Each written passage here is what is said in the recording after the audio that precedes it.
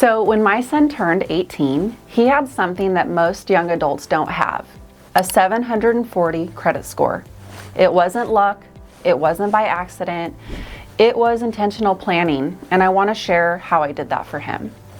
Many young adults struggle with credit when they first start out. Without a credit history, they often face higher interest rates, difficulty getting approved for loans, or they may need a cosigner. So, I've always been a firm believer in using credit wisely. For me, that means putting everything on a credit card and paying it off in full at the end of each month. So when my son was about 16, I added him as an authorized user on a couple of my credit cards. I chose my longest standing card, which was my Discover card, because it had a strong payment history, low utilization, and no late payments. He wasn't actively using the card, it was just that his name was on it. That allowed him to start building credit history based on my responsible habits. So fast forward to when he turned 18, I encouraged him to apply for his own credit card. His approach was simple: use it for gas, pay it off every month.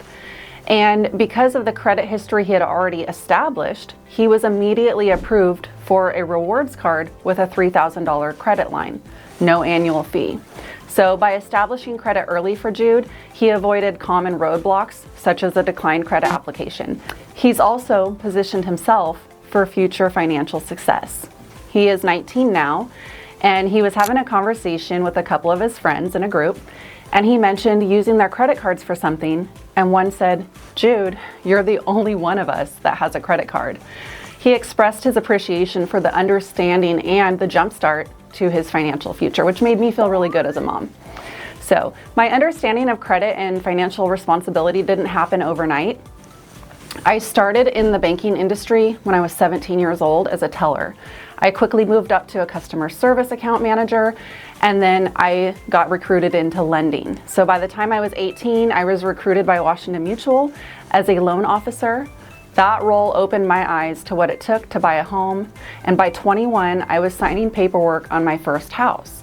So looking back, I'm incredibly grateful for that journey, the knowledge it gave me, that I've been able to pass that on to my children. So now my son has a strong financial foundation and a great start towards financial independence.